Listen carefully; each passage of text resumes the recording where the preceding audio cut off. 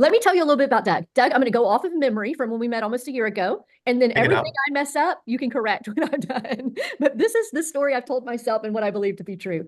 Doug is a partner of an architect firm called Public Sketch and lives in downtown Austin.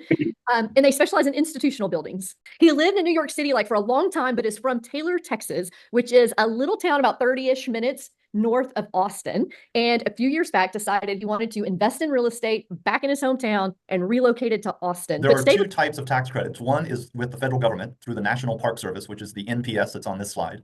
And the National Park Service back in the 70s, and it was a way to say we need to save our historic downtowns across America, and we need to rejuvenate those communities, and we need to do it partly through architecture, and by restoring the buildings, we're going to bring economic development back. And that's in fact what happened. Almost every single state in the country has a historic preservation department of some sort. In the state of Texas, it's the Texas Historic Commission, the THC. But every state has some version of that. The shortcut is you can get 45% of your capital costs back through tax credits. And it doesn't necessarily have to be just credits that go to your income taxes. If you don't make much money, it's hard to have income taxes to take credits from. But you can actually sell these credits. And in the state of Texas, they can be up to 45%.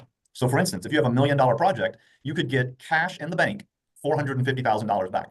And when the question that everyone always asks is, what is it that I have to do to get that money? Because everyone loves the idea of the money.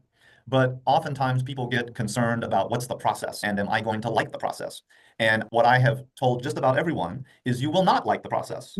You will not like the design process very well. You will not like the approval and review process. And you will not like the confirmation that you've done everything correct process.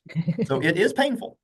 But I go back to the slide before, at 45%, it is worth the pain. Because the key to tax credits is that you rehabilitate buildings. This is not restoration.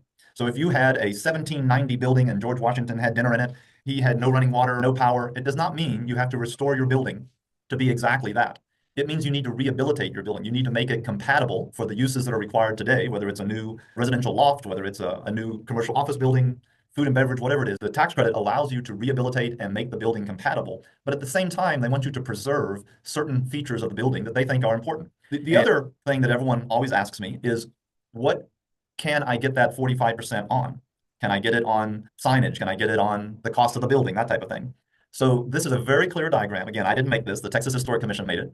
But it's a very clear diagram that the box on the left is everything that you can spend money on, and you can get that 45% back on. So it's anything to do with architecture, it's anything to do with your roof, your plumbing systems, your mechanical systems, your structure, your interior finishes, your architectural and engineering fees, the interest that you're paying during construction loan. So all of that can be a part of that 45%.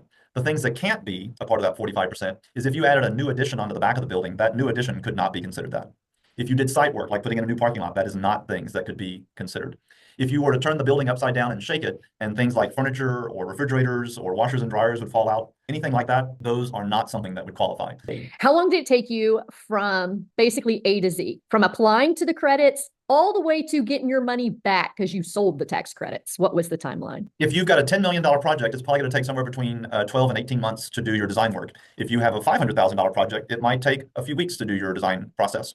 Mine was about $2.5 million, which you'll see in a minute. And the timeline to do part one and part A was 0 weeks because we're located in a historic district already. So it means that your building is automatically historically eligible. So in that case, it was 0 days, 0 weeks. The part two and the B part, it takes about 3 or 4 weeks each time you submit to the Texas Historic Commission and the National Park Service. But while we're submitting, we're off continuing to do more work on the design. So it's really just concurrent with the design.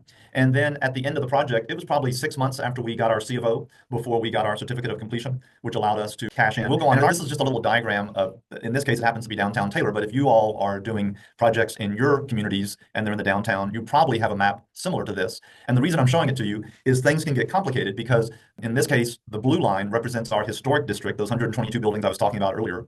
The yellow line represents our Main Street district. We have what's called a Main Street Advisory Board, and I'll get to that in a minute because that has to do with more money for the project. The green line represents a certain sign ordinance for this community, and then the red line represents what in Texas is called a tax increment financing district. I think they're referred to as different things. Some are called TERS, some are called TIFs. All of these things had something to do with how I was funding my project.